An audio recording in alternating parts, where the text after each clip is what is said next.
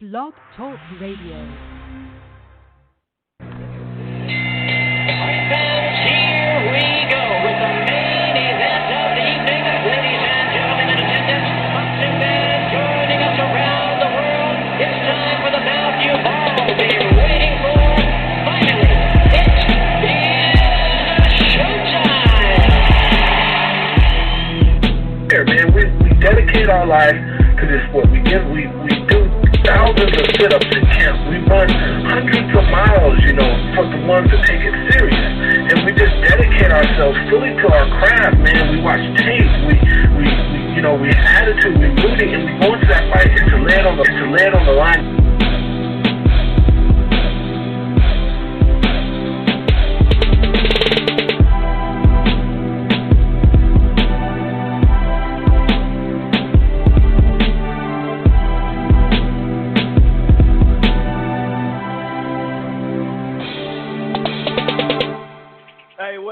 Boxing fans, this is the Rope-A-Dope Radio Podcast. I am your host, Chris Carlson. We are live on a Thursday. I did the show last Thursday. Thanks for everybody that supported it. It was the year in review for 2019. But I'm back. I am back. Life got in the way as far as Tuesday. We're back, though, in a shortened show. I do have to work at the bar tonight, so I won't be on for 3 hours or nothing like that. But like I said, we are back here at the Rope-A-Dope Radio Podcast. Welcome back. It's 2020. Of course, the last time I spoke with you, it was 2020, wasn't it? So anyway, there's nothing to recap. I mean, sure, we're going to talk a little bit. I guess you could say we're going to review, minorly anyway, the CrawfordSpence Twitter beef. It's funny. They beefed on Twitter, and then they called and kissed and made up. It was quite a cute little thing. But anyway, like I said, we are going to preview. That's where we're going to start. We're going to start preview with Jesse Hart and Joe Smith Jr. returning to fight Clarissa Shields, Jared Enos, Munguia, and Sullivan. There's a variety of fights that we'll talk a little bit about. We'll preview that. Then we'll go over some news, whether, like I said, it's the CrawfordSpence stuff, whether it's about Shakur Stevenson's next fight, whether it's about Josh Taylor, who news broke not all that long ago that Taylor is with Top Rank now, which is good news, but maybe bad news potentially because, hey, it's boxing. So the former promoter may not be on board. Let's put it that way. Koznowski had an opponent yesterday. We thought anyway. Now there's a different opponent. We'll talk a little bit about that. We also got some information back for Gervonta Davis's fight as well. A lot of talk about that, the ticket sales in the gate, and of course, it's a PDC event, so they're gonna, people are gonna definitely talk about, how many tickets sold and this, that, and the other. But yeah, so there's a variety of stuff that we'll cover. No doubt about it. If this is your first time listening to the Rope-A-Dope Radio Podcast, it streams live right here on blogtalkradio.com/Rope-A-Dope Radio. It streams live at Archives. It's basically the headquarters. However, you don't have to just listen to it on Blog Talk, right? You can listen to it on Apple Podcasts. In fact, if you rate and review the show there, it helps with the visibility. Player FM, Spreaker, Stitcher, TuneIn, really across the board. We're also part of the Grueling Truth Sports Podcast Network, which can be found across the board as well, including iHeartRadio. In fact, if you use your Siri or Alexa through Spotify or TuneIn, you can find both platforms there. While you're at it, why don't you head on over to thegruelingtruth.net. They got a great sponsor over there, betnow.eu with the promo code TGT. And real quick, if you're thinking about cutting the cord or you have and you feel like you want some sort of cable package, but you don't want to pay $200 for it, I got something you may want to take a gander at. It's called AT&T TV Now. It's streaming cable. I use it myself. They do have a 7-day free trial. The plans start as low as $50 a month. There's no annual contract. You can stream it anywhere. They have the cloud DVR. And for boxing fans, it looks like Showtime based on their second card in the Clarissa Shields and the Showbox, and all, it looks like they're going to have a better year. Right now, that's $11 on AT&T TV right now, or TV Now, I should say. And it's available across the country. It's right here in Minneapolis. You got chunks of California, Florida, New York, Texas, all the way up to the Northwest in Seattle and Tacoma, St. Louis, in Missouri, Topeka, Wichita as well. It's a variety of areas that the AT&T TV Now streaming service is available. You just go to the website, Google it, and put your little, put the zip code in, and you can find out if you can get that service. Anyway, like I said, we're going to talk a little bit about the weekend, right? Not the band. Or not, well, do you call that a band? It's really just one dude, right? I mean, I know he's got a band, but I'll just shut up. How's that? Like I said, the fight that really stands out on paper is Joe Smith Jr. and Jesse Hart on ESPN, right? I think that's a really good fight. It's a good crossroads, mid-level fight. These guys are right on that mid-level, solid fighters. They both need a nice win, right? They definitely both need a nice win. It's going to be a good fight. I'd assume it would be an all-action fight. If you look at Joe Smith Jr., he did fight not all that long ago. Was that his last fight with Dimitri Bivol? I think so. No, yeah, it was. It was his last fight. It was, well, coming on a year ago, I believe. Let me look really quick. It was, yeah, so he's had a little, it was March 2019, so he's had a steady break. He did hurt Bivol in that fight, but he pretty much got beat when it came to that. He lost to Sullivan Barrera after that after Joe Smith, did what he did to Bernard Hopkins in 2016. That next summer, 2017, he lost to Barrera, and then he was out for almost a year, and then he was out for about 9 months or something before he kind of got back against Melvin Russell, it looks like here. So to me, I really like this fight. I do favor Jesse Hart. Obviously, I liked him, last, was it the summer against Sullivan Barrera? His two fights with Gilberto Ramirez were pretty damn good. The last one was really close. Both of them were really close, I think. Really good, good fight and whatnot. Good fighter in general. Both these guys are just solid. I kind of feel like just the more active guy in Joe Smith Jr. or Jesse Hart, sorry. Joe's going to bring it. I just think the style of him coming forward, he's got some power, power punching, and from what I understand, he got like a full camp on this one too. So that helps, obviously. I like I said, I like the fight on paper. It's a good mid-level fight. Some people are kind of like, man, we got a schedule. It's active in January and February, but it's only a handful of fights that I even like, and none of them are big besides, Wilder and Fury. But there's a couple undercard fights that I really like. I do like that Ramirez Postal. We'll talk about the schedule a little bit later, but you're not going to put all your best inventory, 5 weeks out before what could be the biggest fight of the year potentially. It really matters what happens later in the year, but Wilder Fury's a big one, and not just that, but the attention will be on it as well. So yeah, I do like Joe Smith. Or God, I keep saying that. I think I just like Joe Smith Jr. No, pause. Jesse Hart though, I got Jesse Hart by decision. I think he's going to do enough on the outside with power, because both of them have power, but I think both of them will get hurt in this fight, no doubt about it. So I'm looking forward to this fight, though. This one's on Saturday. We have one on Friday and a couple on Saturday. Steve Nelson and Ken Killick, and a couple other fights on the undercard when it comes to that. We also have Jaime Munguia versus Spike O'Sullivan. It is what it is. That's what is it, the first or second? Is this the first middleweight fight? Spike's had come for a guy who's pretty plain and simple.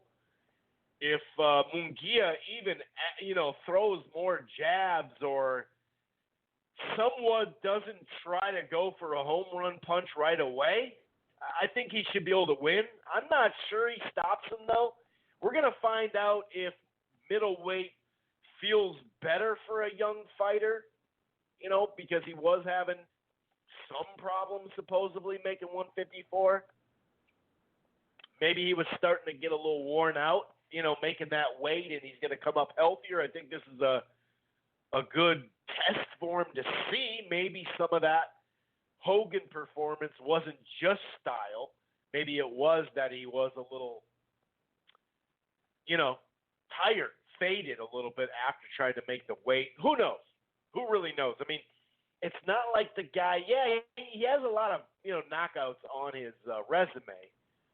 But it's not like he was like a huge 154-pounder. I'm not saying he was small, but I don't know. We'll find out. I do think Munguia will win that fight, though. I think he'll win it just outworking him. Could TKO him, too. I'm not quite sure about that. Dezern and Jimenez fight. It's a women's fight for the WBC and WBO super middleweight fight. That could be interesting. Also, Hector Tanjanara, I think it is. Tanarja? I can't remember how you say his name, but he's fighting, who is it? Burgos, I think? Here, let me check real quick. I got the schedule here close. Yeah, Juan Carlos Burgos as well. Actually, Jose Burgos in the Joshua Franco fight, too. I see that fight listed right below it. So I'm going with Munguia by clear decision, by just outworking him. I could see it being an entertaining fight, though. If he stops him, I think it'll be more TKO. Who knows? Maybe, maybe, like I said, this weight will fit him better, and maybe he goes out and puts on a good performance. We'll see. No matter what, it should be action-packed, though. It definitely should be action-packed.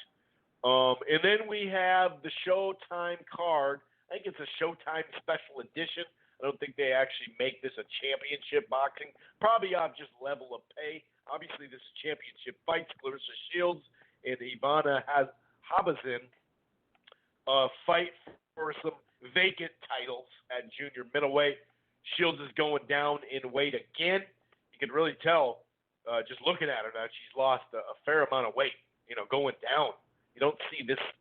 I'm glad she's doing it early in her career to kind of get this out of the way. I've seen Habazin fight a little bit. I'm not going to sit here and break this down like it's like I've seen her enough, though, to be honest with you. I think she could be potentially a solid fight for her. It's really, it seems like a lot of the hype is going to be about what happened at the weigh-in. You know what I mean? We're going to find out. I don't know. I think Shields is going to win fairly handedly, but Shields has a way of keeping opponents around rather than stopping them. So maybe at this weight, she'll show some of that power and some of that heavy hitting that you saw more, it seemed like, in the amateurs anyway. Also, Jaron Enos returns, who he looks to have a 2020 year that's pretty damn solid. He's taken on Eubov? I can't remember how to say his name now. Espinoza. And God, who is she fighting? It's a unification. I know that it's super middleweight actually, because I remember that from the other fight, right? It's God, who is she fighting? I'll just check the schedule. Man, I can't remember shit today. So Alicia Napoleon Espinosa is taking on Ellen Cardero. I don't know how to say that. Caderos. So look for, some of that, just show box. Usually they do pretty good on the undercards. So we're going to have two women's, fights on here.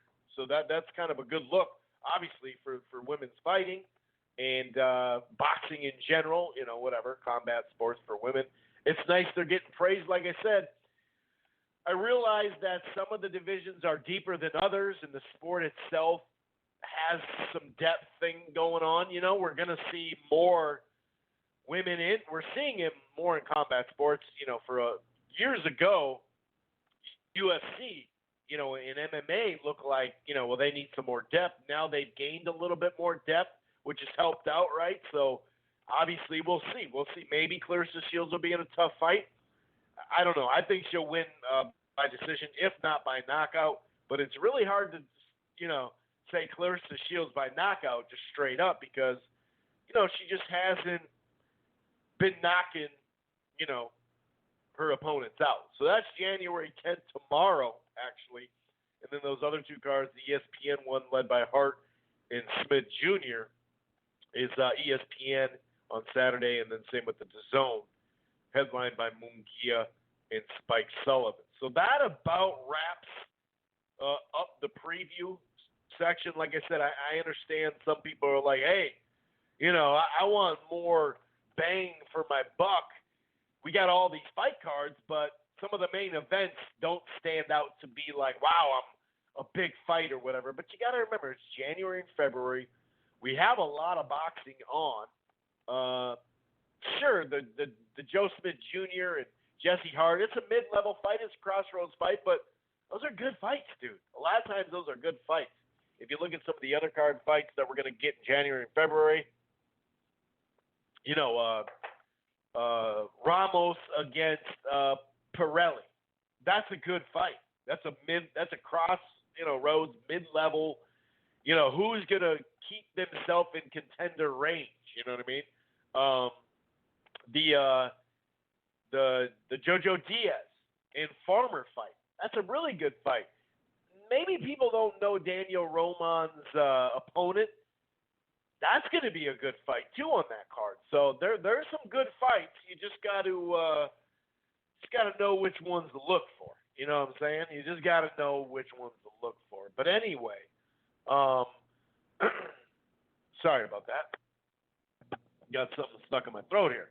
Let me get a little water. So, you got three cards. Timing-wise, I actually haven't seen exactly when that Jesse Hart, Joe Smith Jr. fight is on. I've been busy this week, so I haven't even recorded it yet. So hopefully they get a lead in. I'm not sure about that though. I'm not totally positive with that. Hopefully it's just not at the same time. We know we're going to get a lot of competition head to head, but the same time stuff is what kills you. You know what I mean? That's what gets you where you're just like, come on, dude. Like I said, we will be talking a variety of stuff here. Some of it's just quick news. Some of it's a little bit more in depth. Obviously, we will cover that CrawfordSpence Twitter beef that heated up, but then kind of strangely got solved on, I guess, on the phone. I don't know. It's kind of interesting how this played out here in the last couple of all in one day. So we'll talk a little bit about that. Like I said, we'll talk a little Gervonta Davis and Shakur Stevenson and Klosnowski and Joshua Taylor too. That one has got me wondering, what's going on. But as far as Gervonta Davis, real quick, he's been making noise as far as a ticket seller this year. Now he's going to have to get some better opponents for next year, no doubt about that. But him and Ramirez, before that fight got canceled, they sold a fair amount of tickets, right, at the StubHub, and a fair amount stayed.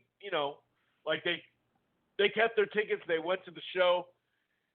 Sometimes, folks that wanted to see Ramirez don't always keep their tickets. They return them, or they. Was that a return fight? Now that I think about it, maybe it wasn't. Like where you could actually return your. I don't remember. It's almost a year ago, I guess. That's why I don't remember. But anyway, you know, he had a mandatory, then he had Gamboa. And, you know, too bad that mandatory wasn't Edner Cherry, because I do believe he would have beaten Nunez, but Edner Cherry wasn't able to compete against him, unfortunately. So, bottom line is he needs better opponents. Supposedly, Santa Cruz is next. That qualifies as a great opponent, especially if it's at 130. But we'll see. Anyway, he did big numbers in Baltimore. As we know, that's his hometown. It was great to see that. And now we're getting, you know, we knew he put butts in the seats in Atlanta. He opened that market up back, you know, it hadn't had a championship fight in over 20 years.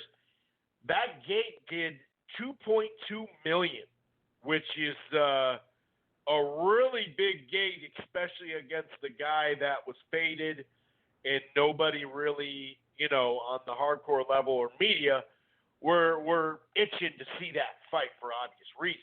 So $2.2 million, I mean, that's what Spence and Porter just did. That's huge, and I know a lot of people that are Lomachenko fanboys want to act like he's not making noise, but I want to know the last time, you know, that Lomachenko did just that.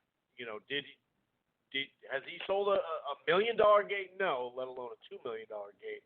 I did get a little flack with many others that said, hey, when they're just talking about it from a ticket perspective, that it's a good thing and we need people that can sell and this is a good thing, but also realizing what kind of year he had. You know, I wasn't out there praising like he should be fighter of the year. He had all these great fights or anything like that.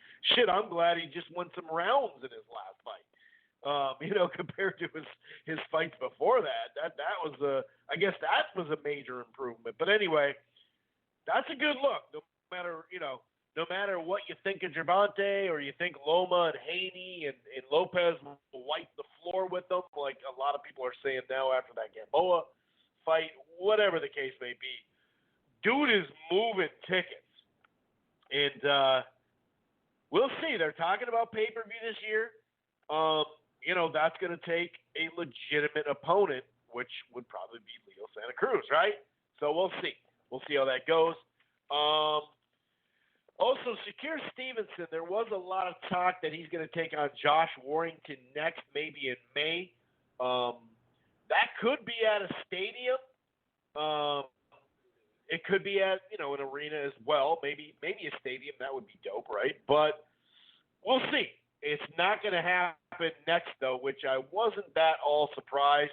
You know, I mean, he just got a belt, even though it was like a whatever belt, vacant belt or whatever. But still, usually when a guy just gets a belt, they either have a mandatory that they have to oblige by or they just get a defense, right? And so it sounds like he's going to take on Mariaga, who's a solid fighter, very solid fighter. I don't have a problem with this fight whatsoever. I think it works for what it is. I'm not going to sit here and tout it, but where he's at in his career, I like the fight. I mean, this guy has given some good fights to Oscar Valdez and others. So I like the fight.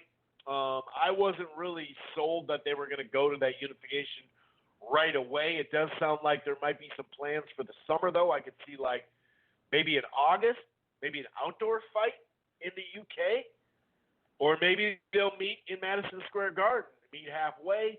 I don't know. It does seem like Frampton was talking about, you know, or not Frampton, but Warrington was talking about, you know, that's going to happen. Frank Warren was talking about that's going to be a stadium fight. We'll see. You know what I mean? We will see. We don't know. We're going to find out. But I like that opponent, though, in the meantime. It's still you got to remember Stevenson is at a certain point in his career, so he can't just go and fight, all right, move up and wait and fight somebody like Burchelt now or what, it is what it is. I'm not saying he can't do that, but, you get moved a certain way, and I don't mind this at all. I like this fight, Mariaga. It's going to be at the Hulu Theater in New York. in MSG, so that's cool. That's close enough to where he's from as well. It's going to be March, I want to say 17th, I believe it was. I think it's on ESPN. I hope it's on ESPN. It's not on, ESPN Plus, but we'll see. Like I said, I do like the fight, though. I think it's a legitimate fight. It's a good step in his career. And it's a worthy guy, like I said, where he's at. Another fight that's going to be made March 7th, actually the week before that on Fox, it sounds like Koznowski versus Helenius. Okay, so we've been hearing three opponents, basically. We've been hearing three opponents. That's basically what we've been getting. We've heard Helenius, we've heard Hammer, and we've heard Brazil. And most people favored Brazil, in this fight. It makes a lot of sense TV-wise. If you look at Brazil on Fox and on NBC even, he's been featured a fair amount of times. So a lot of people were looking at that one like, hey, that's a good fight. We know it's going to be all action. It does sound like, and that was the number one option. Whereas, it seemed like Helenius and then even Hammer were the other options, kind of second and third from the sounds of it. But I guess, Brazil's been talking a good game, saying he wants it. And that was my thing. Was he the fact that I saw him saying, hey, I'm ready. I've been doing a little bit, I've been doing some work at the gym. He kind of seemed like he was ready to just go right back into it. I didn't know if he wanted a tune-up, being the fact that, his last fight he got starched. I didn't really know, but I was okay with the Brazil fight because it was like, well, he wants to fight. So let's get it. That's a good brawl. You know what I mean? I guess the money wasn't right for him. We don't know what the money was as of right now. I guess it just didn't fit his structure. I don't know. I really don't know. I'm not saying, he's ducking him, nothing like that, but they couldn't come to terms, even though that was what it sounded like was going to be the fight. So, in comes Helenius. Now, Helenius is one of those fighters. I mean, he's going to be game. He was just winning a fight. Actually, it was at the Armory here in Minneapolis on FS1, I believe. Maybe that was the Fox card, actually. I can't remember which one that was. But he was beating Gerald Washington. I think he was up on two of the three scorecards, if I recollect. He was beating him, and then Washington dusted him. That was a really good fight, but, so I guess you could make the argument, well, Brazil was coming out getting coming off a starching of Wilder, and Helenius at least got some sort of camp in a fight since he got beat. So, sure, both of them were coming off relatively, outcomes that they got knocked out in. But as we know, getting knocked out by Gerald Washington and getting knocked out by Wilder are two different things. I think a lot of people can think, well, it was Wilder, dude. Plus, Brazil did actually hit him with some really good shots right before he got knocked out, like seconds before. But, Helenius is one of those guys that, like I said, is game. He's got a good jab. He can stick that out there, and he's a little bit more awkward than a Brazil, whereas Brazil, and we know Brazil and Koznowski was a war. So that's what I'm hoping for, is a war. But, the optics are just better with Brazil. Like I said, sure, both of them were coming off recent knockouts, but the optics with Brazil being an opponent that has been on Fox a couple times, been on some undercards, on Wilder's cards, right? He's been on NBC. He's been in the spot. People know him more, and he's been in a lot of brawls, So, yeah, I'd favor Brazil over Helenius in the fact that Gerald Washington knocked him out, and not long ago, last year, Gerald Washington got knocked out by Koznowski. fairly early, and that was actually kind of a surprise. Washington did okay, and he got knocked out. So, Gerald Washington was down on the cards and then knocked out Hellenius. So now I guess Hellenius is going to have to do that. I don't know. I'm just hoping. I guess at the end of the day, I'm not a professional matchmaker, and some of these Fox cards have turned out way better than a lot of people, think. We're not matchmakers. On the surface, it does seem like Brazil was the better opponent. No doubt about it. You know what I mean? But I'll say this. A guy that's well past his prime and seems shot warm for a while is Chris Arreola. And Arreola put on a hell of a fight. Now, Arreola did look good on the undercard of Spence Garcia. I think that's where it was, where you're like, okay, dude, he's actually in shape. And that's why I think they made that fight. Like, hey, Arreola's in shape. He's focused. Let's just put him in there. We know it's gonna be a good fight. So that's what I'm hoping. I mean, Hellenius and Arreola, you could probably put them in the past their prime shot-worn dudes, right? I think you can put them in there. Like I said, it's just the optics of last year, Washington knocking out, Hellenius, and Washington got stopped earlier that year by Koznowski. So it seems like a lateral move more than, okay, that's another step up. But it is what it is. I think it'll still be a good action fight. I'm really hoping it'll be a good action fight. So two other news and notes. We are going to have some callers today. Just, momentarily we're going to have somebody pop in. And I think Carcino is going to pop in for the last part of the show as well. Now, as far as what am I thinking here? Shoot, I forgot. Oh, yeah. Shoot. Where'd it go? Oh, yeah. So, real quick, Josh Taylor, who's coming off that big win, over Regis Prograis. He, it was rumored that he was going to come here and start fighting. He may fight somebody else. He might fight Ramirez at 140. He may move up and fight Terrence Crawford. So there's news that broke today. I think it was today. Maybe it was late last night. I totally don't know. I woke up and saw the news. Josh Taylor signs with Top Rank,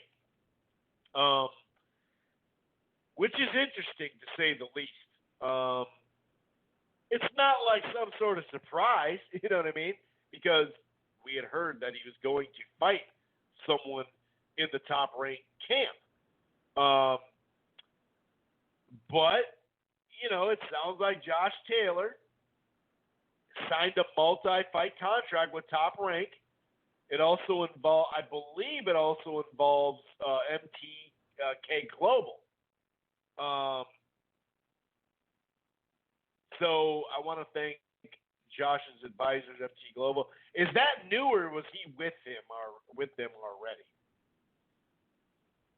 I can't remember. I can't remember if he was already with MTK Global or not. But either way, that makes sense. You know what I mean? And it's a really good signing. But Cyclone Promotions and Barry McGuigan is saying, nah, dude. I mean, he just lost Frampton not long ago. Supposedly he got screwed, Frampton, in that one, though. I shouldn't say supposedly. That's what it sounds like. But Cyclone Promotions, they obviously moved him to this point. They're saying, nah, Oh, and they're saying, okay, so it was a new contract, an advisory contract with the powerhouse MTK Global. This is from Elliot Foster on Boxing Scene. Barry McGuigan, though, says, now hold on. And Shane McGuigan, is the trainer, too. He's saying, hold on, dude. He said, we are saddened that Josh has felt the need to attempt to break his contract in this manner and frustrated at those who have caused him to do it. It kind of sounds like the David Benavidez fight or contract thing last year. Was somebody fooling around and misinforming somebody? You know what I mean? I don't know.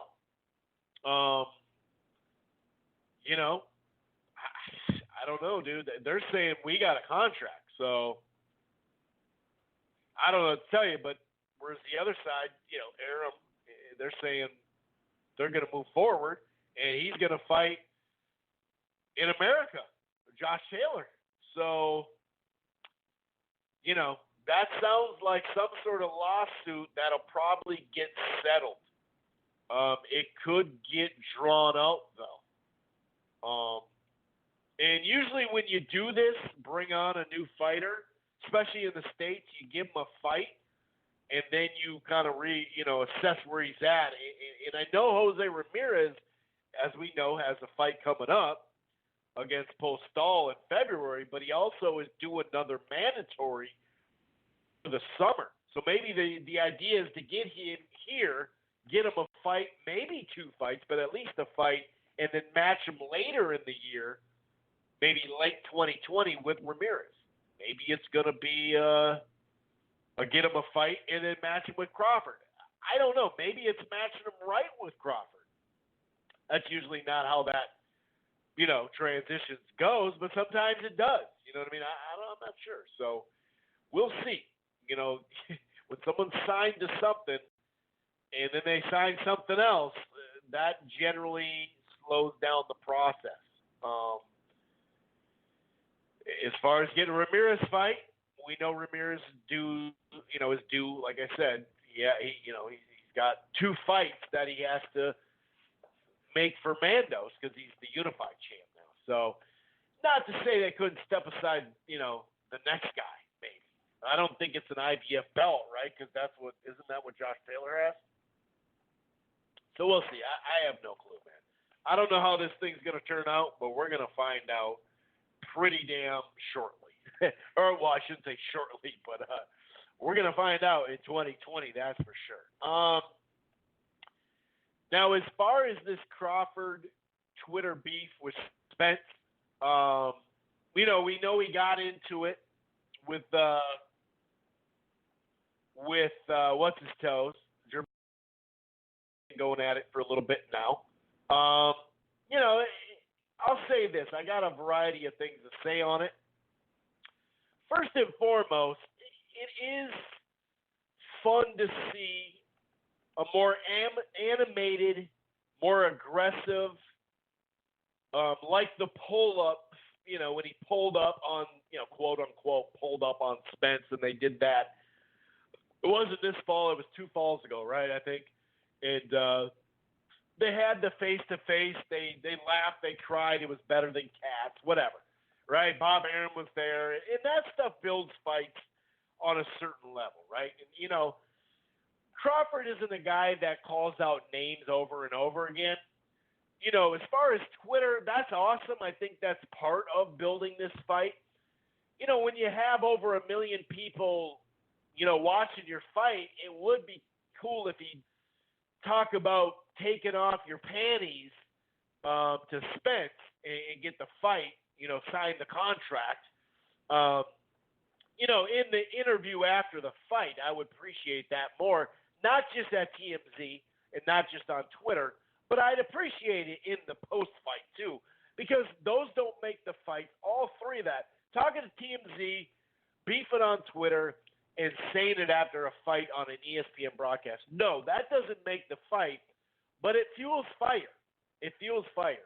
You can't say it doesn't. So I think all 3 of those would have been nice. But I'll say this, I do love this side of Crawford, and there's moments where in interviews, some guys can, and some, I shouldn't say guys, but people can, interviewers can bring it out of him, just not many, because he shuts down. He doesn't really, there's certain things he said, in the Ward interview, in the Joe Rogan interview, so it is what it is. It is what it is. Sometimes he answers stuff that he doesn't, or, answers vaguely or straight up no. Like when Mannix asked him about Porter recently, he acted like, why would we even be talking about that fight? So, it is what it is. But I do love this aggressive Crawford. You know what I mean?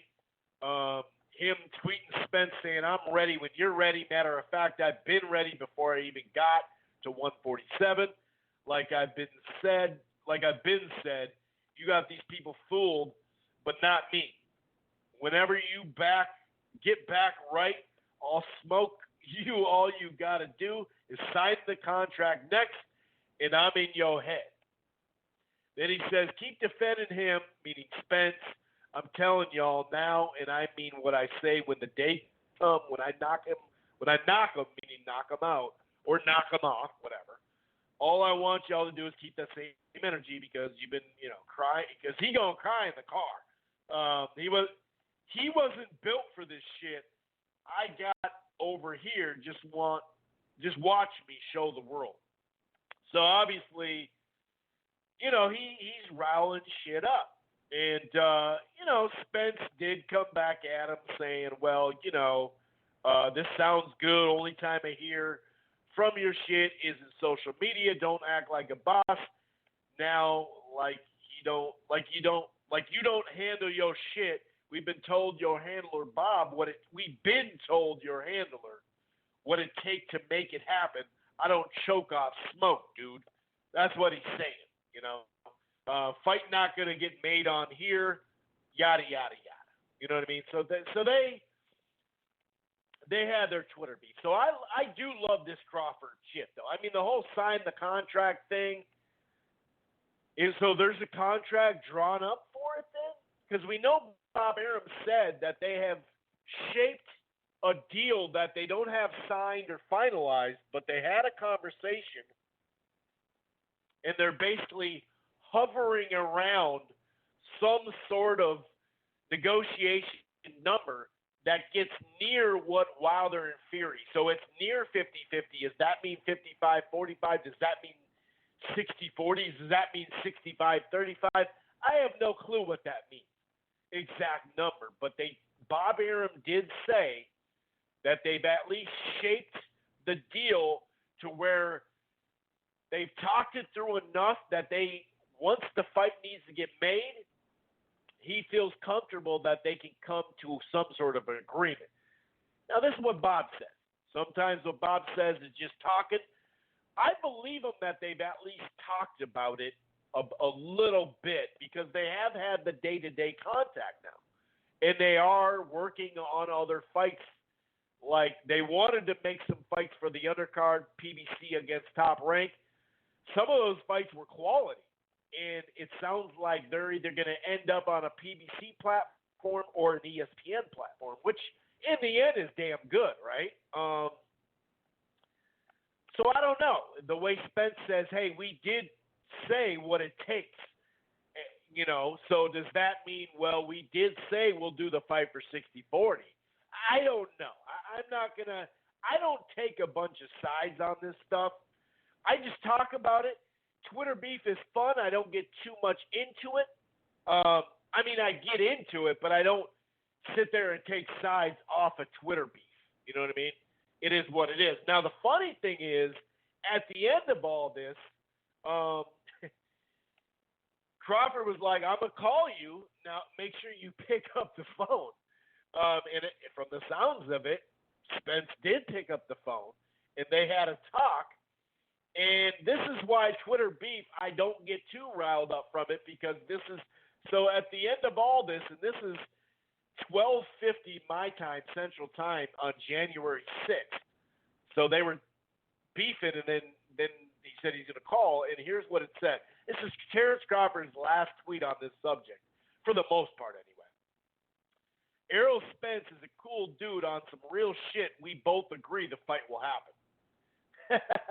So imagine, and this the Twitter beef riles up the Spence fanboys and the Crawford fanboys, and the anti-PBC and the pro-PBC. That's who this is for.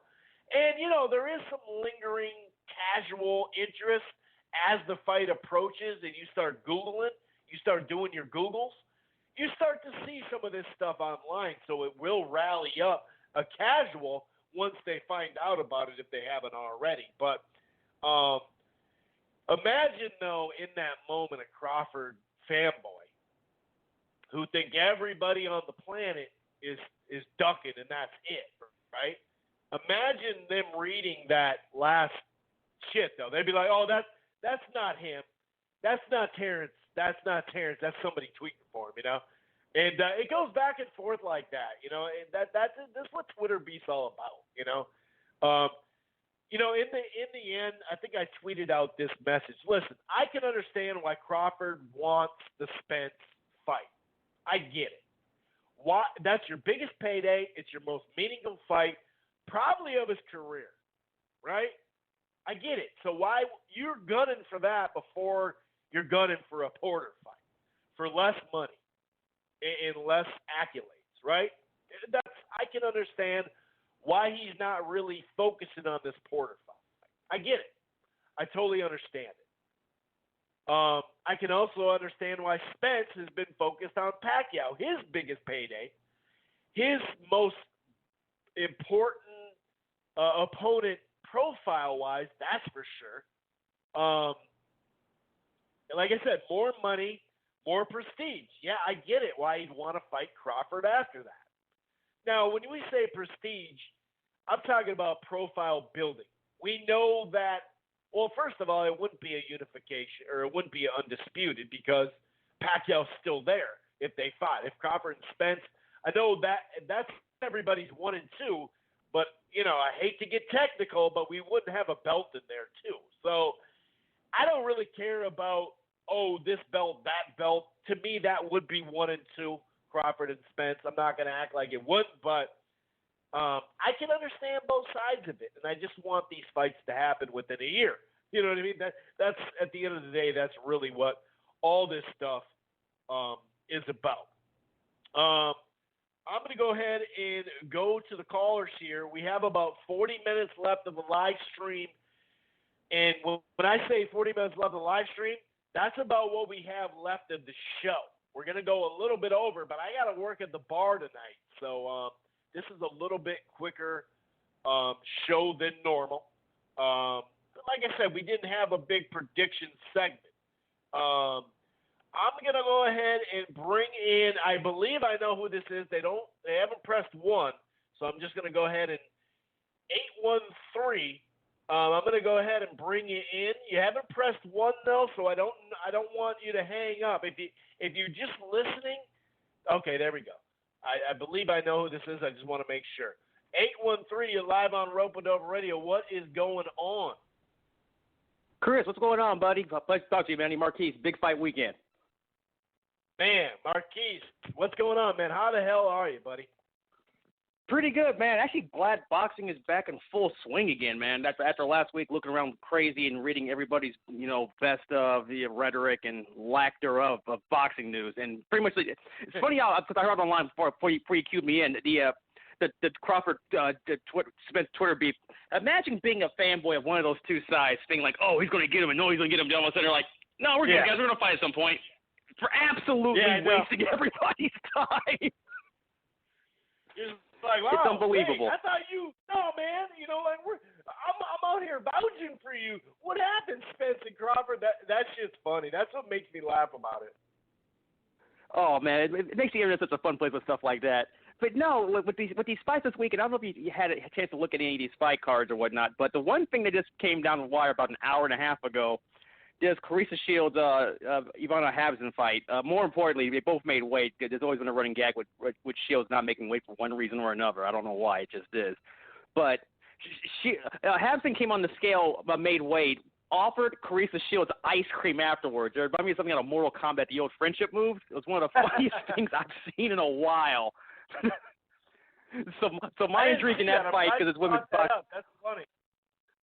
Yeah, it's one of the fun. It is especially like the old friendship moves where you see like Johnny Cage, do the break dance or they play video games.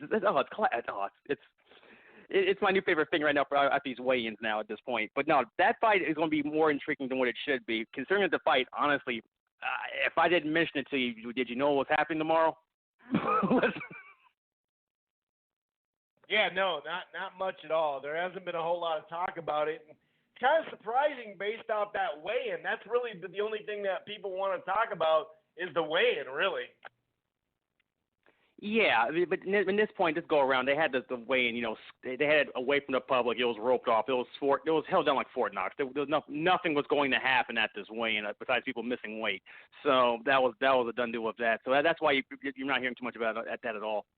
But the fact that these fights this weekend, actually, I didn't get your thoughts on it, but who are you looking for boxing-wise as your guy to look for this year in boxing? Mine actually this year, and a lot of folks are, and it's funny because I was reading people's prospect lists and all that over fun stuff.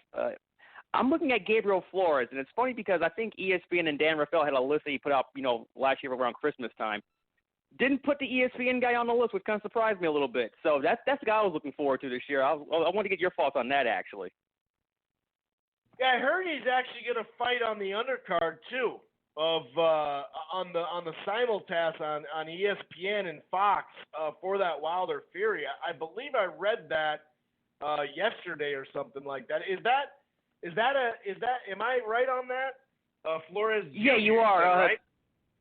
Yeah, Gabriel Flores Jr. is the guy. Yeah, he's fighting on the Fury Wilder undercard. He's facing Matt Conway. I haven't looked at too much about that one, but that's who he's fighting on the undercard. So pretty much top rank for their undercard fights has already listed their 2 fights already. It's Gabriel Flores versus Matt Conway, and Demir Iman is facing Javier Molina. So that's the top rank portion of the undercard. Where I'm guessing we'll wait for Wilder to make his statement, and then we'll figure out down the line what they'll have on their end for the undercard as well. Because I think they're giving everybody, I want to say, it's 2 fights on the undercard apiece, and then 1 fight on the main card apiece. So it's going to be a long card. It's going to be interesting.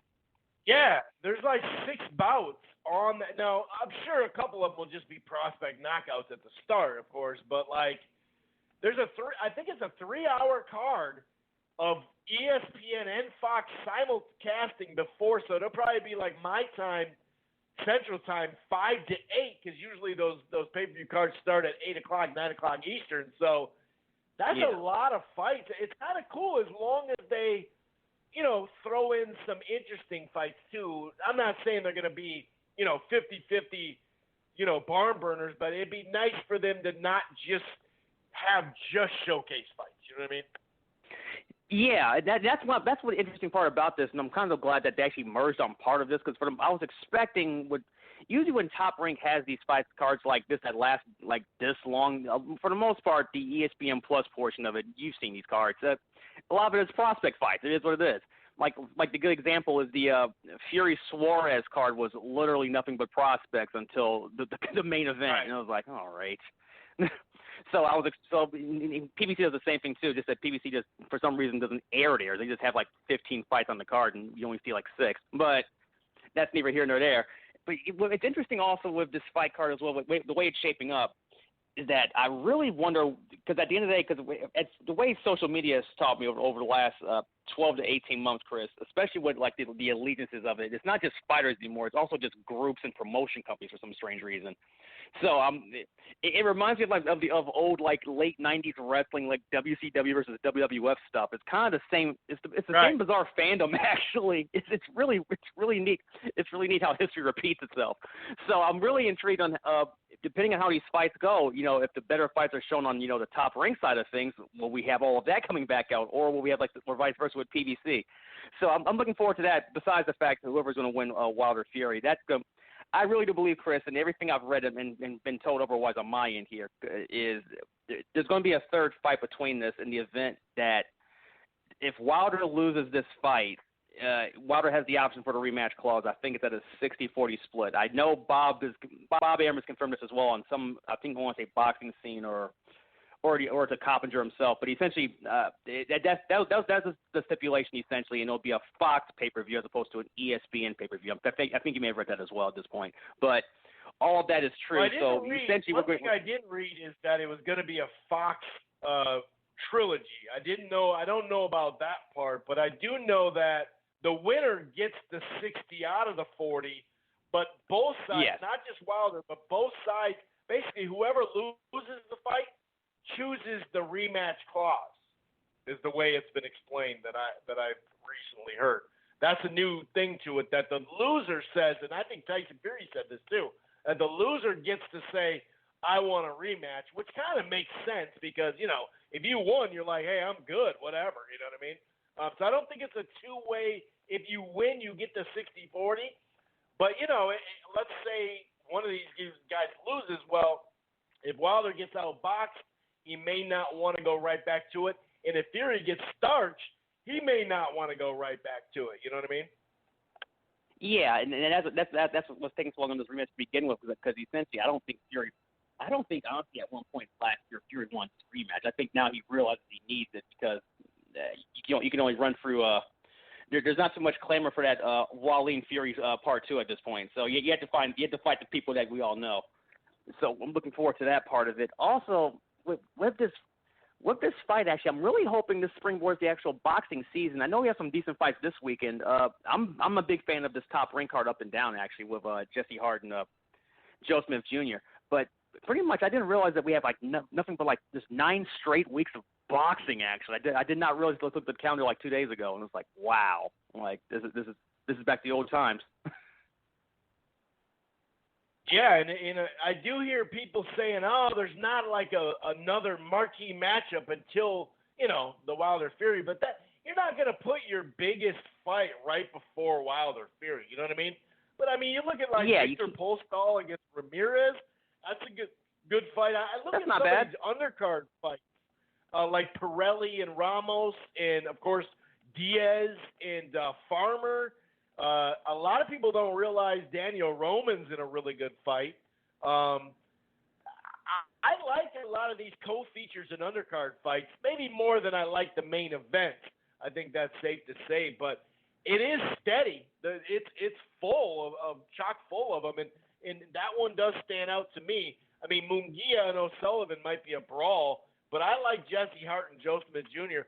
I'm picking Hart by late TKO or just a UD or MD, really. I think it'll be a really good fight. I just think Hart, it just seems like he's been more the active fighter. I like his jab and his power punching, too. It seems like Joe Smith will fall kind of into a trap following too much. But I'm really looking forward to HartSmith Jr. It's like that mid-level crossroads fights that, especially with Top Rank is good at making TV fights when they actually apply themselves. Sometimes last year they didn't do that as much on ESPN, but I'm glad this fight. I like this fight a lot, actually.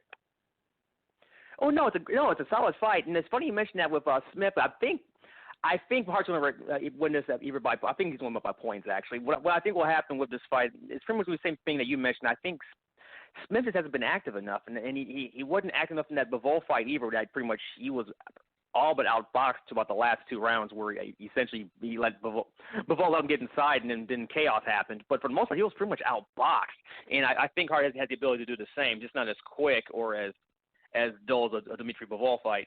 And it's funny, also, backtracking here, you mentioned that Tevin Farmer, Joel Diaz. That you know what's funny? That Miami card down here on Super Bowl week is actually a stacked card. The problem with it is that it's being overshadowed because they have the freaking YouTuber kids fighting in the co-main event, which is really derailing all momentum for any hardcore boxing fan for it.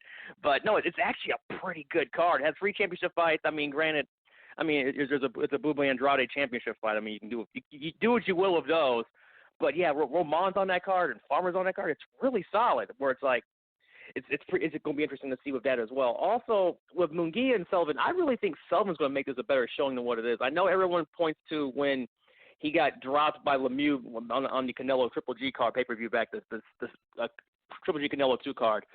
But I really think we're going to see a different version of Sullivan on this. I mean, this is Jaime Munguia, who arguably lost to Dennis Hogan. So it's not exactly like he's going to do the exact same thing. So it's going to be interesting on that one, too. Yeah, I agree. I think Munguia is that type of fighter that he's just going to be in a lot of competitive fights because he doesn't separate himself. I am kind of interested to see.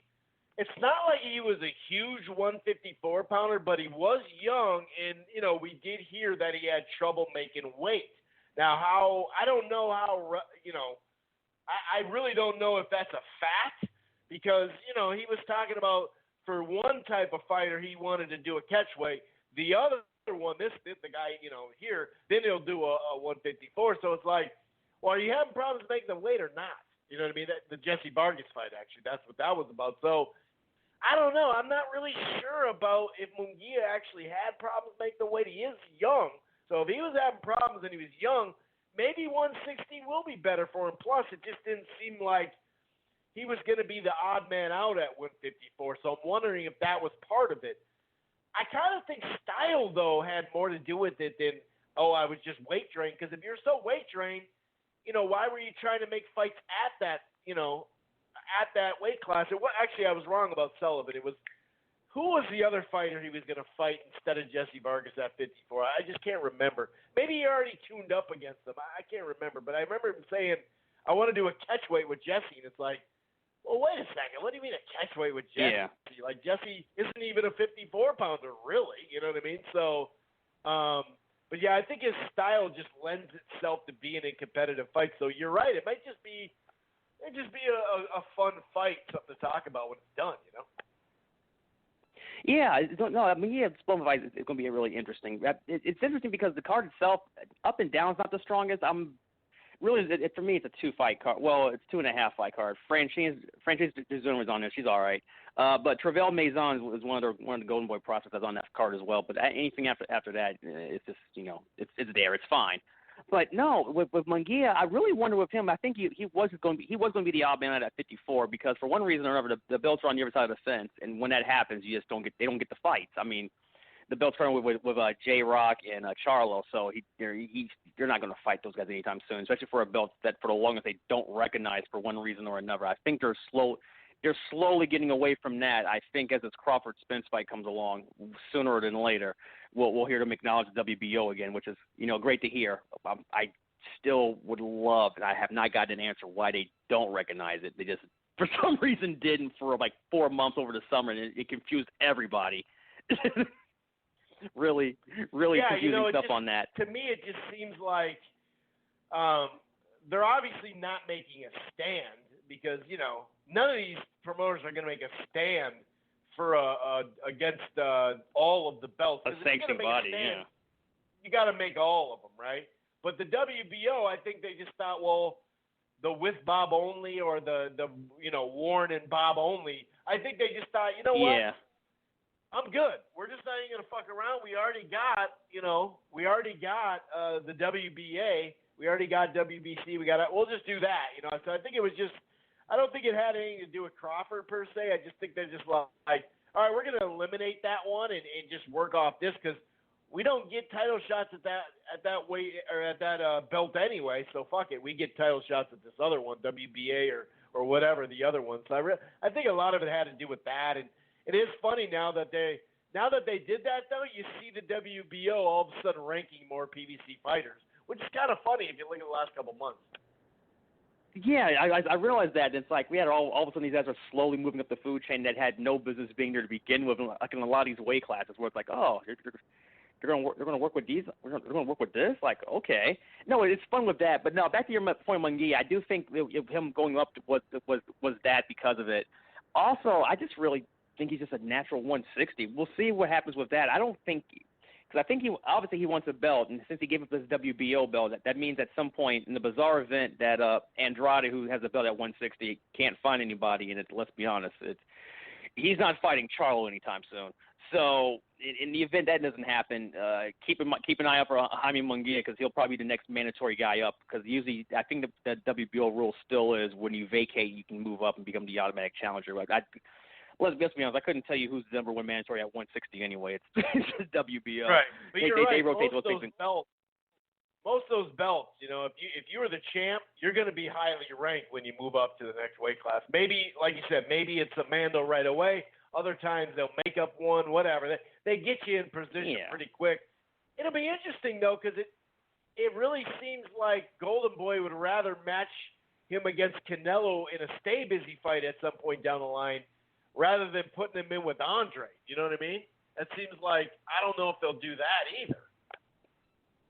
Yeah, now you mention it that way, but it's interesting because I just think no one wants to. I hate to use the word boogeyman at weight class because I think it's taboo, honestly, because no one's scared of anybody in this stuff. Either you have the money or you have to fight. You just never in between with that. But Andrade is slowly becoming by default the boogeyman at 160 for that WBO belt, mainly because no one wants to fight the guy. Mainly because of his style that doesn't lend well, and I get that. But man, it's just funny the fact that they'll ever do that, have him be a stepping stone for Canelo, as opposed to actually fighting the man with Andrade, which is really interesting now that I think about that, because with Andrade's been trying to fight these big names at least for the last year and a half. He's been calling on anyone who would want a piece, which is funny because they're all under this.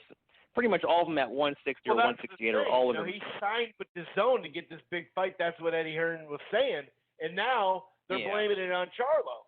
Oh, Charlo needs to take the fight. Well, wasn't he supposed to go to the Zone to get that fight though? Like both Golovkin and Canelo clearly in the last year or so weren't looking to fight Andrade or Charlo. I mean, Charlo even got in mandatory range and even got a fight called for him, which we knew. Golovkin's like, well, why would I just go fight Canelo? Why would I fight fucking Charlo just to get some interim belt or whatever, So yeah, I mean that is probably the fight that my guess is though, if he's gonna go to the Zone for a fight deal or whatever, Charlo, it'd be against Canelo or something like that. You know what I mean? Not necessarily Andre.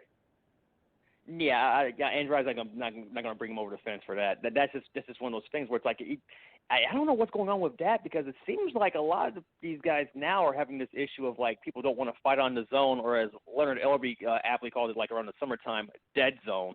And it's like these guys are really dodging this network where it's like some guys are flocking to it, some guys aren't. It's really intriguing how that plays out. Maybe we'll see what happens with time will tell with that, because the one thing I always love is conspiracy theory was like, oh, this station's going anywhere, or my favorite rumor last year, was Showtime was getting rid of boxing, that whole stuff, and it's like they had like 5 documentaries, and now they have like 8 boxing cards in the next like 6 weeks. So it's like, they're not so much.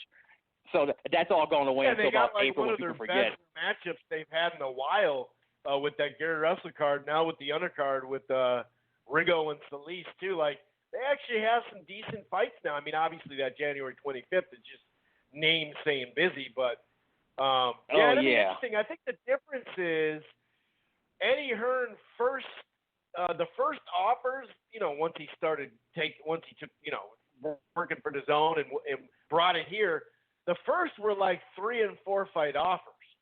So there wasn't like, hey, we'll get you this guy first. It's like, hey, sign here. Now that he's changed his tune and he realizes, hey, I'm going to have to do what I did with Mikey in a sense, you know what I mean? Where it's the Mikey thing is a fight-by-fight basis, but it's a match thing. Yeah, the one-by-one. Option in there. But I think that'll help him a little bit more, but I just don't see Showtime and the PBC wanting to lose Gervonta off their network, whereas at least I could see maybe Charlo at some point. Yeah, you got Eubank Jr. The Derevchenko fight means more now because of the Golovkin fight. It wasn't previously, obviously, but beyond those 2 opponents, Charlo, if it's not, Andrade is a damn good opponent there. So maybe at the end of the year, after he fights some guys, maybe if it's a 1-fight huge contract, maybe he would, but I still think that they're going to try to say, hey, I wish what Al would do is to say, we're going to put Manny Pacquiao and Floyd Mayweather in May at the MGM. And the MGM will take that fight before Canelo fighting Callum Smith or something like that, right? And he says, this is what we're going to do. But then they said the only way we move off that date is if Canelo and Charlo fight, and we'll send them over to the Zone. That would be great. You know what I mean? Because then you're like, hey, you're using leverage, but you are sending Charlo over to the Zone. That would be like the ultimate, I shouldn't say the ultimate, because Andre and Charlo would be a very evenly matched fight, on paper. But as far as realistic happening, I think that would be the best alternative. Like, okay, this could actually happen, because damn well he'd go to fucking the Zone for Charlo, for Canelo. You know what I mean? Oh yeah, no, you take the money and run with that, and it's funny because I'm convinced too at this point, and I hate to even mention it, but I think we are getting Mayweather Pacquiao Part 2 for one reason or another. I'm really not I'm still the 1% that has no interest back in this fight. I get it why they're doing it again. It's the same reason people want Canelo Triple G3. It's the same reason, but it's like, do we have to go through the muckety muck of this again? Maybe because people forget that the first fight took 15 years to make, but whatever it takes, I suppose. But no, if they can find some way to bait and switch like the network swap on that for Charlo, we're pretty much. Cause I think what's happening with the zone at this point, and I think we're all seeing it. They're not once again, they're never mentioning the actual numbers and figures. But Eddie Hearn hinted that they're overpaying fighters to go over there. So essentially, what they're doing, what they do, when you're a bad football team, you get the big free agent, but you overpay to get that guy to come in here. So, I mean, like someone this offseason is going to take a lot of money to go to the Miami Dolphins. I don't care what their record says. Money talks. So it's the same theory. So I'm looking forward to that to see who can they swing over to just if they just back the Brinks up. I'll just back up the Brinks truck. It's really that simple with it right. too. Also, before I let you go, man. It may be that they switch. They may be that it may be because remember the top ranked matchroom thing. They were supplying opponents for each other too. So maybe Eddie's going to have to say, hey. Sorry, but I guess I am going to have to send Farmer over or something like that. But he's holding on to that. Well, I'll pay Farmer $5 million, and he's only get $2 million there, and that's fair. You can't fault Farmer for that, So, but I think he's going to have to send how many DAZN guys have come over and fought on PBC? That or not DAZN, but even Matchroom guys lately. I think that's going to be an issue too. I don't know, man. It's a mess, dude. It's boxing politics, man, and at some point they're going to have to break that wall down to solve the universal issue of hey, who's fighting who? If you tear the wall down, everyone can fight everybody, and as soon as they figure that out, it'll all be a better place. I do see where because essentially what they're doing is they're stacking pieces up.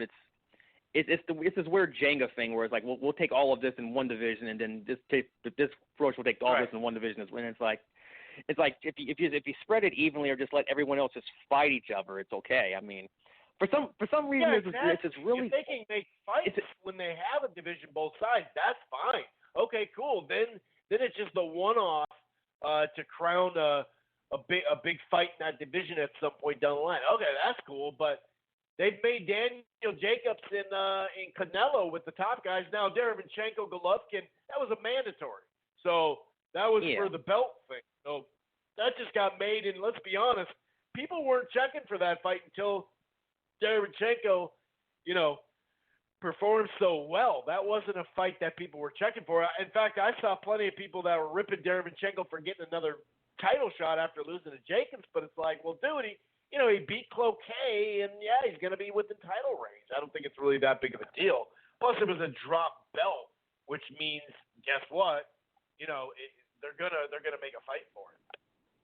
Yeah, it was a vacant belt, and also funny thing about that card too, people forget that was not the strongest fight card as well. There's pictures if you pull up that hashtag, by the way, on Twitter, the people sleeping in the stands. That's probably one of the few fights I've seen that in actually at Madison Square Garden. So I think the only highlight of that fight was that I think Baranchik was on it and a bunch of other. It was really a put together card, much like that whole stretch of bizarre cards before the zone had. Joshua Louise, they had a lot of these put-together cards like that one and Usyk, Witherspoon. There was a lot of those. So it's all right. I mean, I get it, but it's you just don't charge people money for it. But nonetheless, but at some point they'll figure that part out with making everyone come together on one piece. My whole thing in theory is that if this Wilder Fury pay-per-view makes the money that it does, and I think it will, not necessarily with pay-per-view buys. I don't know how many people are really going to pay for this. I mean, it's 2020, Chris. I mean, if you don't know a guy that knows a guy that can get you to fight, talk to somebody. But the interest of it is I'm intrigued on the promotional aspect of it because I've seen Fury all over the place. He's doing a gym meet and greet. He's doing all this stuff now. I know. I think Wilder's probably going to wait until either at the Super Bowl week to start his or just the week after, pretty much to start the whole promotional blitz. They're doing a press conference tour like the old Mayweather fights. So. We're going to be inundated with this for the next month and a half once they get the ball rolling on that. I know they're going to do something for the Super Bowl with Fox because it's a Fox production. It's a Fox joint pay-per-view. They got to get their money back somehow with this. So I'm sure during the Super Bowl, the only thing in the U.S. that everyone watches here, we'll see these guys rumble through. I mean, we'll see these guys on First Take and the 6 o'clock Sports Center. I mean, we'll get all of that muckety muck between now and then. Hearing the Fury call Wilder a Dalter and everything else. You ducking me and concussion syndrome and all. we've heard this smack talk for the last 2 years already. We're just going to hear it more in person. But I'm really thinking that's going to help. Because the idea is, and it's the one thing I hated Chris hearing last year over and over again, which I still have not heard an answer for, where it's like they're trying to bring, the old new eyes to the sport. You only bring new eyes to the sport either one or two ways, as you know, either with actual interest into it or money to promote it. And I think they'll use the money to promote it on this go-round to make it happen. So I'm not a big fan of the whole press conference tour thing. I mean, you can only hear the same thing so much. Just ring the freaking bell. But we'll have it, and maybe they'll say something interesting out of it. I don't know. We've gotten, ever since he threatened to kill Brazil, we've gotten a kinder, softer Wilder, man. So I don't know how much we're going to get, but we'll see what happens when it plays out. All right, man. Well, I appreciate you calling in. I'm going to head to Carcino next, and then we're going to shut down this show. But why don't you let the people out there know where to find your social media and what you do out there, man? Absolutely, man. You can find me on Twitter, causing havoc, annoying everybody on there, at Weak Sauce Radio, talking all things boxing and usually sports most of the time anyway. If I'm watching it, I'm probably tweeting about it. At Weak Sauce Radio, all one word. You can catch my writings as well. I kind of write for the site a little bit. BigFightWeekend.com. I usually have updates on news and press releases and everything along those lines, keeping up with the world of boxing with quotes and sound bites of fighters as well. You can find my works. You can find my works there. You can find me on Twitter there. Everything else is BigFightWeekend.com otherwise. All right, man. I appreciate you calling in. You take it easy. Have a good weekend. Absolutely, Chris. Thanks for having me on, man. All right, man. Take it easy. All right, we're going to go to Chicago and talk to Carcino, and then I'm going to go to work. I'm going to get something to eat and go to work, actually. Carcino, what's going on, man? How the heck are you, buddy? Just crazy. Unfortunately, we had a murder in the family. My 26-year-old cousin was murdered. She was murdered in her driveway. Senseless murder. We don't know who did it. It was somebody just was waiting on her at her house, shot her, and now, been dealing with that after just losing the grandmother. Now we lost a cousin, so that's where I've been going through, since for the whole past month. Sorry to hear that, man. Yeah, really sorry for your loss, man. That really sucks, man. Yeah. So that's been my world for the past month. And so, my family's coming right back out this weekend, but I don't want to down everybody. We're here to have some good talks about boxing. That's the only thing that's been bringing me out of it is everybody else is focused on boxing and sports. I'm like, okay, let me just stay in my realm here. Let me stay in my world so I can get going, and I'm, watching the press conference for the Clarissa Shield and Habaz, and, man, I'm charged. I'm ready for this fight. And Showtime, man, way to go. Promoting, it's like 2 girl fights on this card. I'm like, wait a minute.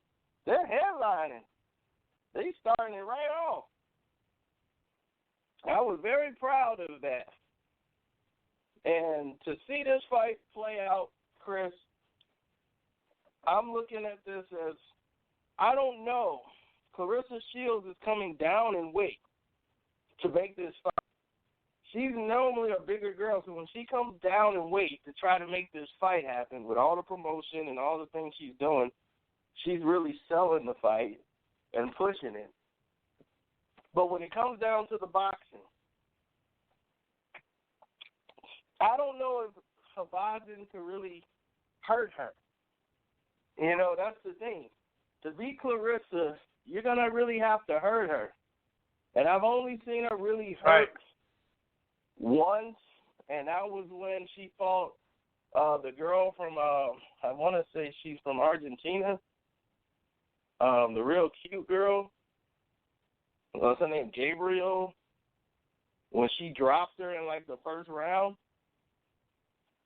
And she really got her attention. Now, the last fight, the Hammer landed some good jabs, even though it was the best technical fight I've seen Clarissa fight. Since she's got John David Jackson in her corner, it definitely has paid off a lot. Her balance and weight, and she shifted on her shots. They look a lot better. They don't look as sloppy as they used to be, or a little amateurish. now they looked a little polished now that she's been working with John David Jackson. And she was able to land some real heavy shots on the hammer. But she felt the hammer's punches. Like her jab was just, that was some real heavy punches she was taking in that fight. And I just think Hammer just fights in a parallel line. She doesn't have any side-to-side movements. And I think that domed her. And her boxing is kind of the same way. You know, her thing is to get space, boxing space, but she mostly in a straight line. You know, everything is, you know, back and forth and not side to side. So I don't know how she's going to, fare once the fight gets a little physical, or if, you know, Clarissa gets on the inside and go to the body.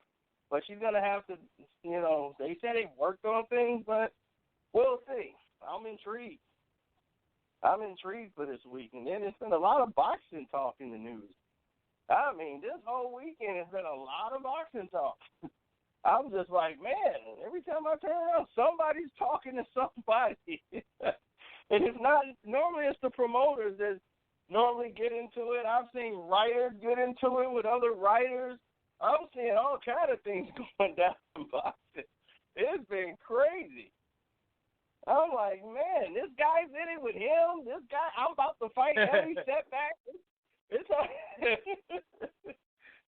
I'm like, man, it is really kicked off in 2020. So Ellie Setback, I was ready to rip his head off his shoulders once I saw his video he did talking about Gamboa. And it's obvious he wants to kiss up the Tank because he's not too light in the Mayweather gym. So in order to kiss up to Gervonta Davis, he just comes up with a one-sided fanboy video for, Tank Davis and just criticizes Gamboa when a man had a torn Achilles and went 12 rounds with a torn Achilles that he had, like, since the first round. And I'm like, what is wrong with you? He's acting like he had a foot injury, but whatever. He was getting beat up. And I'm like, it's the second round. He tore his Achilles.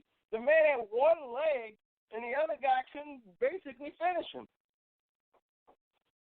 I'm like, he came back and actually won a round in this fight after he tore his Achilles. I'm like, you don't tear a guy down like that. So I went and I texted Ellie, and we had a little back and forth. Then he just immediately stopped contacting me because he knew he was wrong. So that was that. When Ellie Setback, he really got on my nerves when he posted that. That was just ridiculous. And then that's just you could see that from a mile away, you know. Yeah, that's just disrespectful by all means. That's just, your whole journalistic integrity is down the drain at that point. I mean, especially when a fighter injures themselves and stay in the fight. Don't use it as an excuse to quit. The man tore his Achilles. I'm like, what do you want him to do? You know, he was like, man, my shoe and my heel, my back of my heel don't work. He can't move his foot. He had one leg. I'm like, and the man went 12 rounds. So, I mean, he could have easily just laid down and not got back up, and that would have been the end of it. And he would still got paid the same amount of money. Give him his respect. But then this Terrence Crawford and this whole thing with Terrence Crawford and Errol Spence, man, it's been kicking off wonderfully. And I'm like, this is great. These two guys want to fight each other so much that it has trickled down to the fans. Everybody's all trying to paint a narrative and make excuses. And I'm like, well, if Errol's back healthy, then let's make the fight. Since he's saying, like, he's healthy, he's ready to go, there's no problems, fine, make the fight. Let's get it done. There shouldn't be any excuses. I shouldn't have to endure a Danny Garcia Errol Spence fight. That makes no sense. What is Danny Garcia being rewarded for? Who's he beating to decide that Danny Garcia should be fighting for 2 world titles against Errol Spence? It makes no sense whatsoever.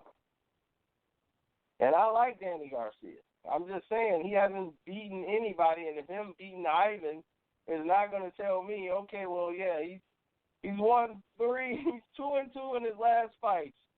There's no way he should be fighting Errol Spence for the world titles. It just don't make any sense right now. He's done nothing to earn his spot.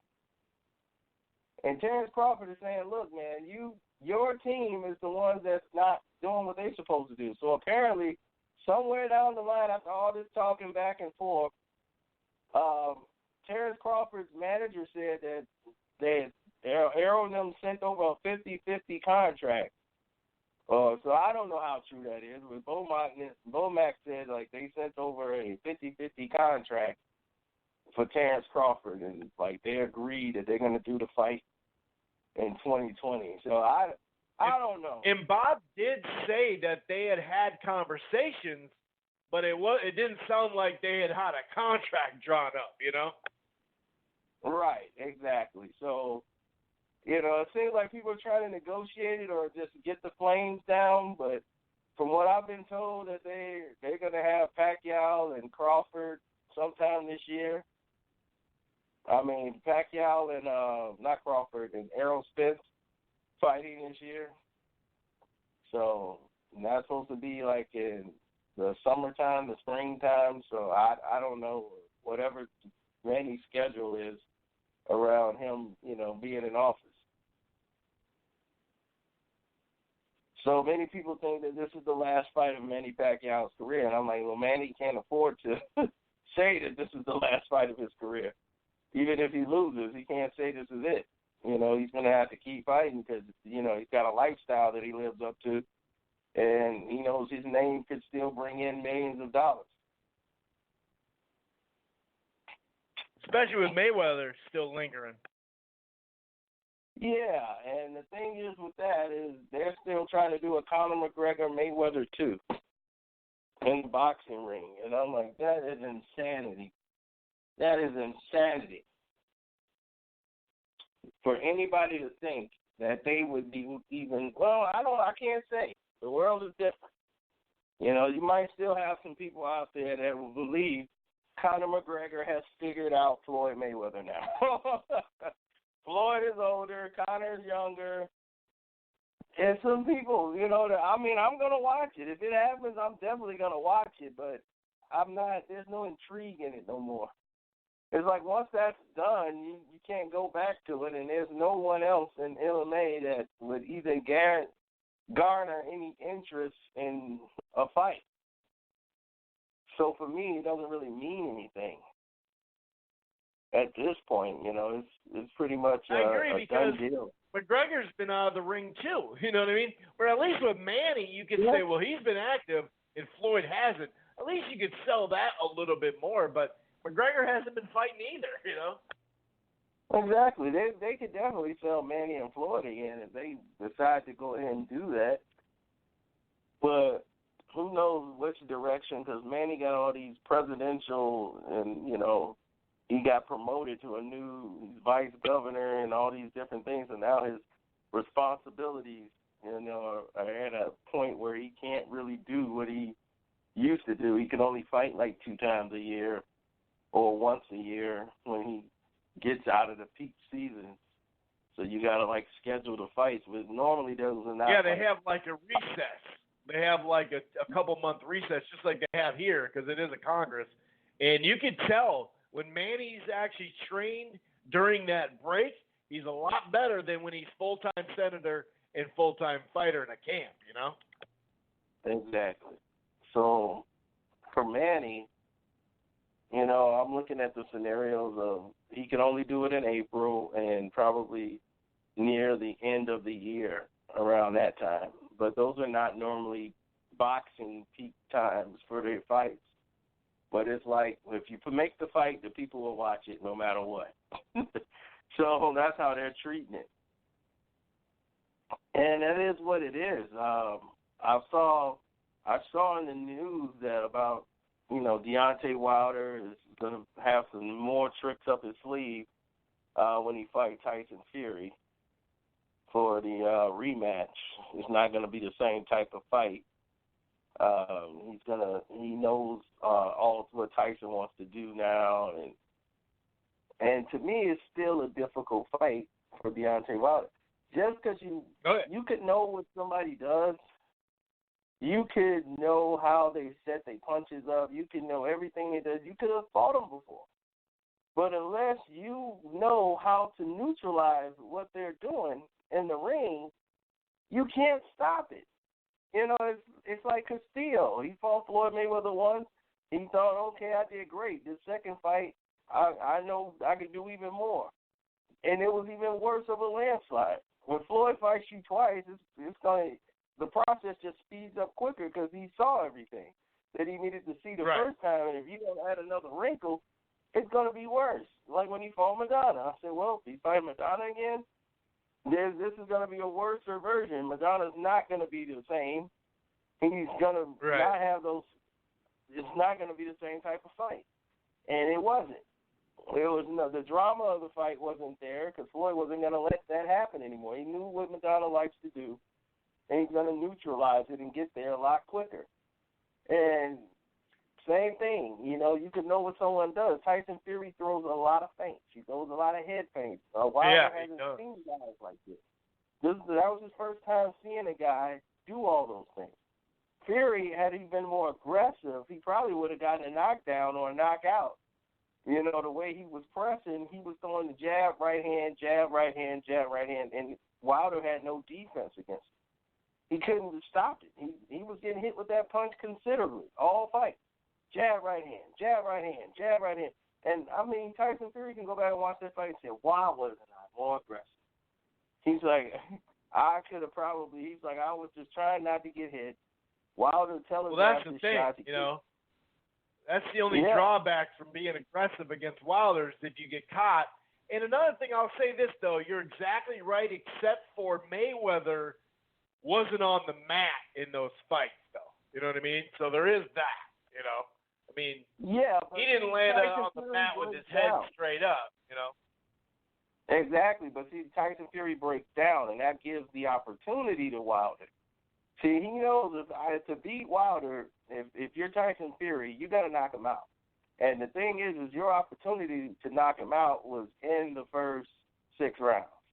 That was his actual best opportunity to knock out Wilder. Because he starts to break down.